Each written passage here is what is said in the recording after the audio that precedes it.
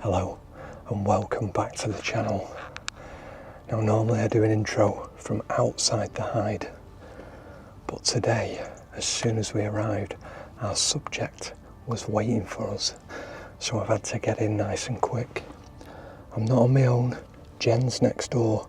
She's making the most of this absolutely spectacular experience.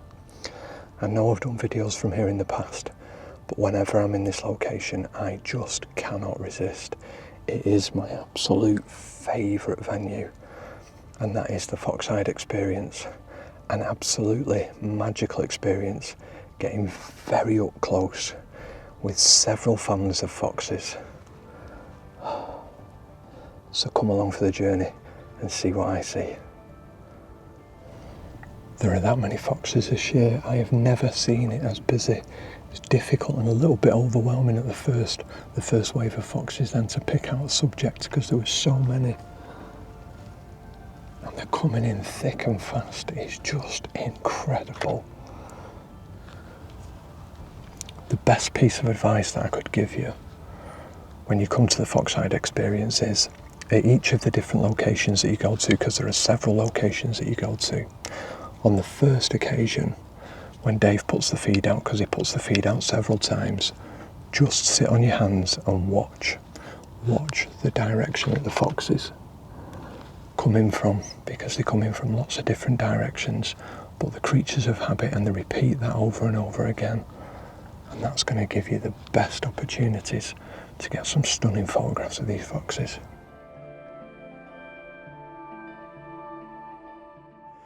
So this is the first hide. You've got 4 different ports to be able to photograph from, and you've got a beautiful meadow out in front of you that the foxes are going to be coming from.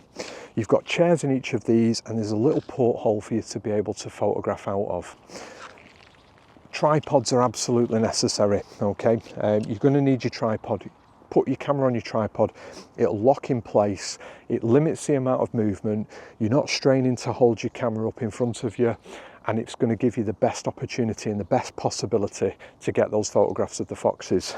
Kit wise, I'm using the 400 2.8 lens with a built-in teleconverter. I think this gives you lots and lots of flexibility in your photographing. You need a long focal length, so I would say that somewhere between 300 and 600 is probably going to be the optimum focal length. 600 might be a little bit tight for this particular hide. It's going to aid you on hide 2 because they're at a greater distance away. On this hide, the first one, they get really quite close.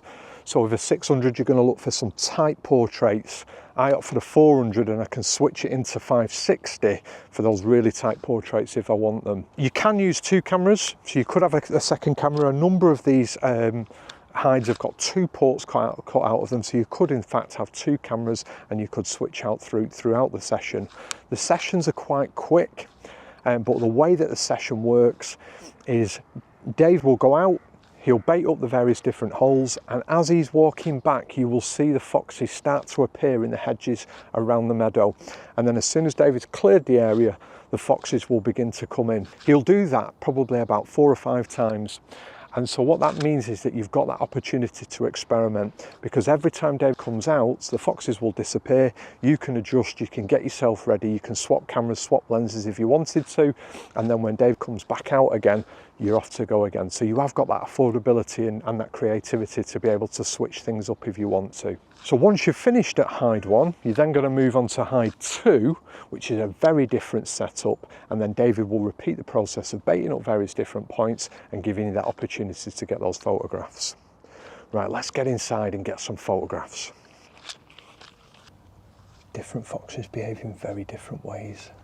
Some of them creep in, grab the chicken and then leg it back into the woods, obviously to eat their prize,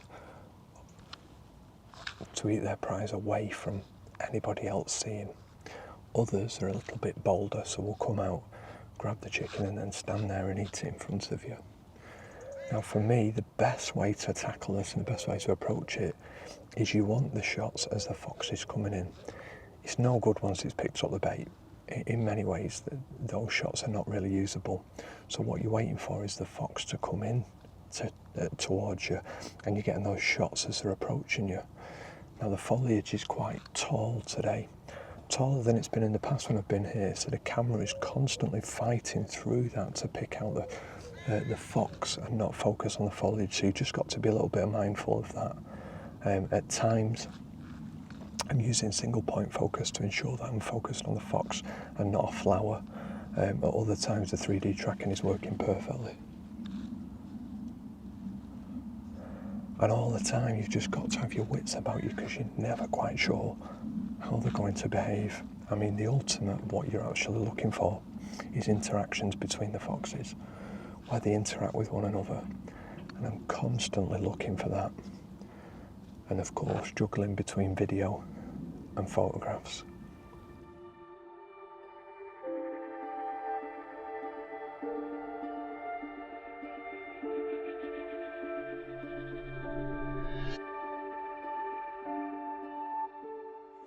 So this is hide 2. I'm just going to talk you through the setup very, very quickly. A couple of things to note is that the hides themselves are basically a shelter. It's not like a traditional hide. It's not like the shed aspect where you sit inside it. It is comfortable though, but there are a couple of things that I think are really important that I point out to you. The first is, so if you just come inside, we've got a chair, so you're nice and comfortable. But you do need a tripod, so your camera has to be on a tripod.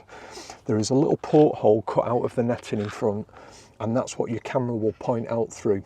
Now, to limit the amount of movement and the chance of disturbing the foxes, it's really important that it sits on a tripod.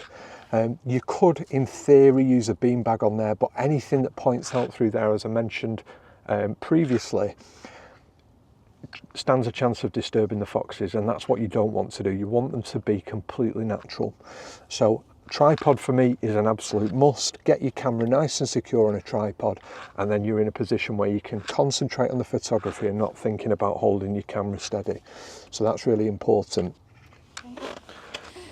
And another thing that's really important is, I would say, about getting yourself comfortable. So there's the cushion on the chair, but getting yourself in a position where you're going to be comfortable. The more comfortable you are, the longer you're going to be able to hold in position, and you're less likely to be moving, shuffling around, which causes these chairs to creak. And foxes have phenomenal hearing and pick up on that, and then they will change their behaviour.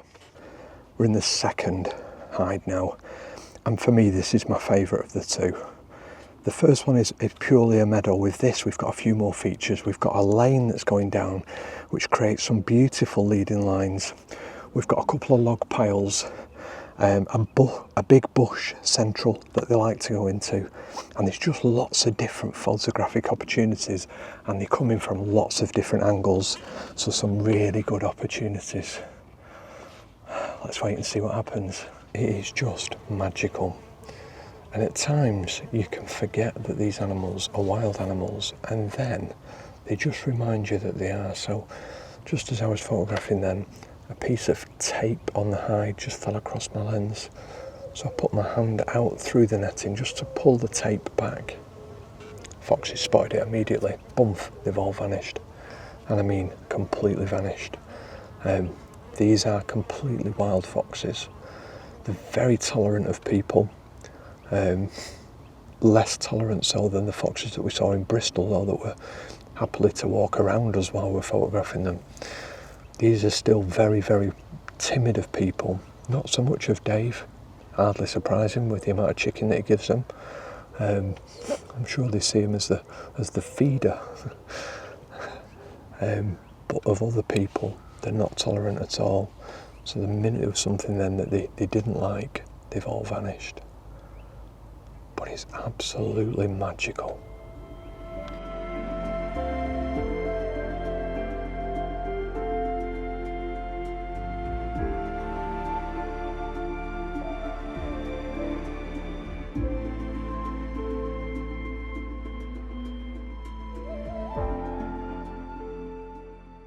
But what you can probably hear is the crows and the magpies going absolutely mental. And the reason for that is, despite there being all this bait out, one of the foxes has just caught a crow. Unbelievable. I didn't get it on camera. I was photographing a fox to my right, and it happened on the left really, really quickly. It shot out the undergrowth, grabbed the crow, and then run back with it. Happened in an absolute split second. But it was magical to see. Just shows how opportunistic they are, that despite everything that's going on, still time to hunt, still time to make that kill. That was unbelievable. Dave's just been explaining how fantastic a hunter they are, and he's seen them catching magpies in the past, and even a green woodpecker, unfortunately.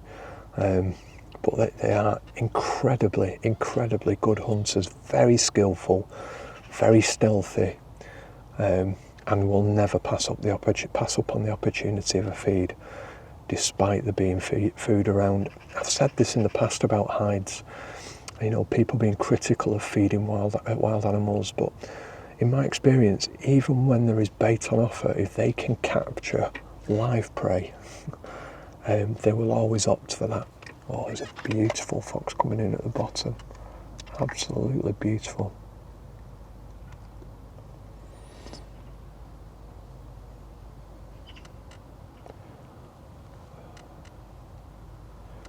Oh, it's just magical, magical.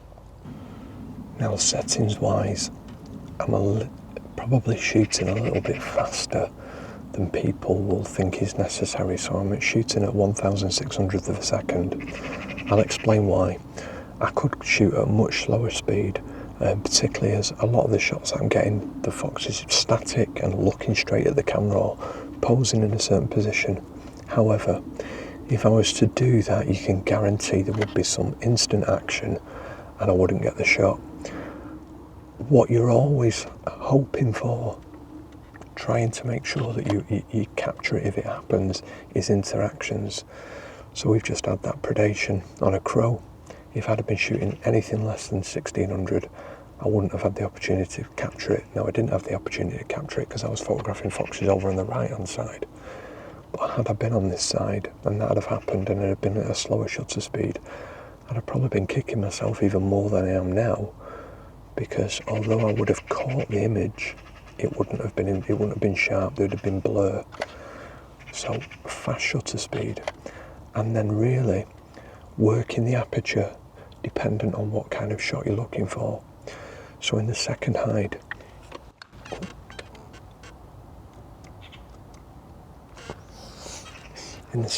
they're a little bit further away, so I quite like to get more of the environment into the shot. So for that, I tend to be shooting a little bit narrower in my aperture, perhaps down at 5.6 or even f8. When they're closer, or if I'm looking for just some tight portraits, then I'll be using my f2.8 down to my f4. Now it's bright today, so I've not got to worry about my ISOs. They're really not getting that high at all. So that affords me that creativity. Keeping my shutter speed quite high, playing with the aperture to give me the creative aspect of the photograph that I'm looking for. And remembering to take your eye away from the camera, as I'm doing now, and just enjoy the moment. Because I'm going to run out of superlatives for these beautiful foxes, because they are stunning.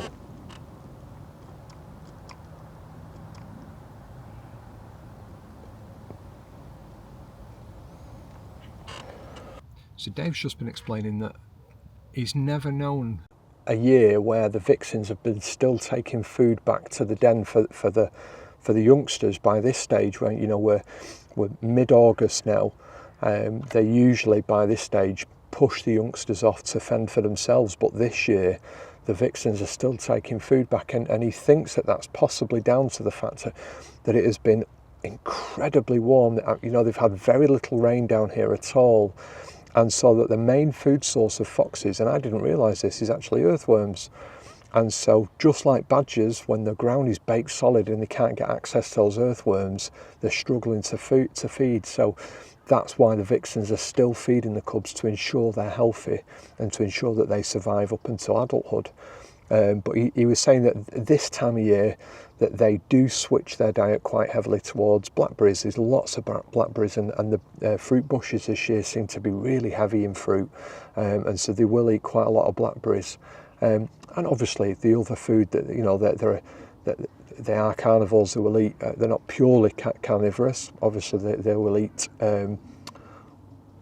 non-meat items as well as the meat items. So they're omnivores. So they'll eat anything that they can get their hands on, and they're very opportunistic feeders.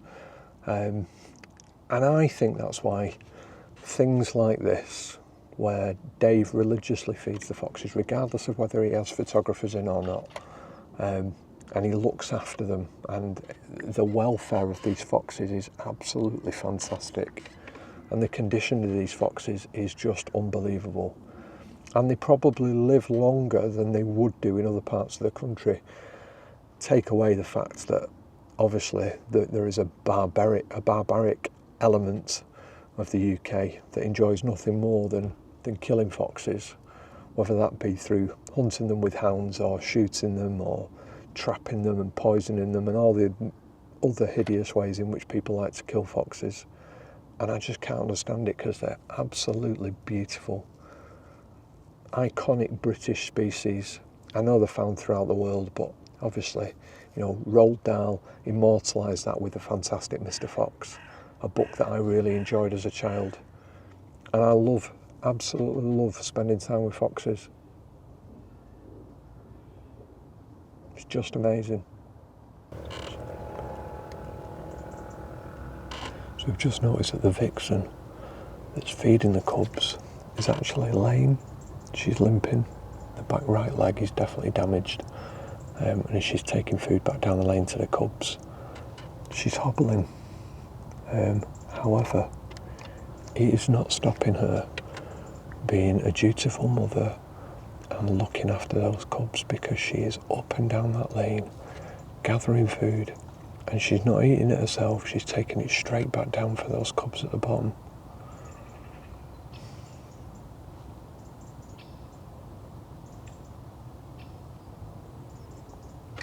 And I've got no doubt that had she not been able to get hold of this food, those cubs probably would have perished, because she wouldn't have been able to hunt, and those cubs would have suffered as a result of it.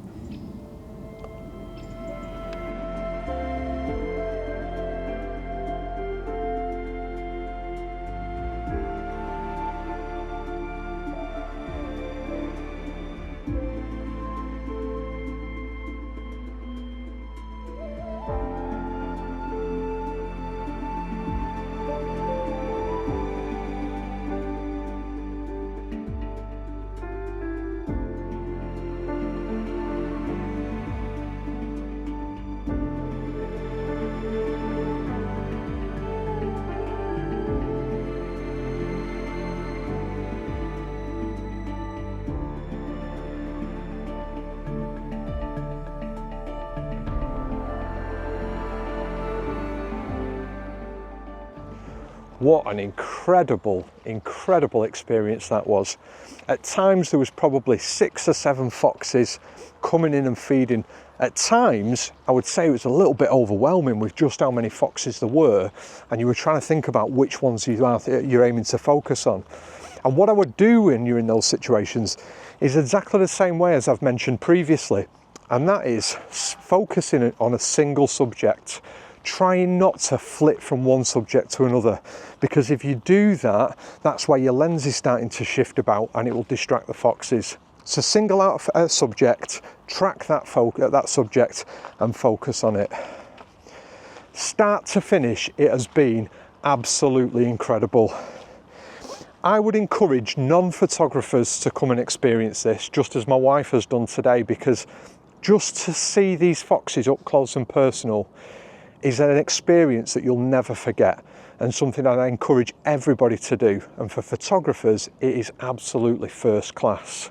So if you want to book yourself onto this hide, I'll put the link in the description. There's a website all set up on there, and there's a contacts page through the website where you contact Dave directly and you can get all these details and you can put an inquiry in for booking this hide. It's not open throughout the year, it's only open at certain points, so make sure that you check in with Dave beforehand and ensure that it is open, ready for you to book on.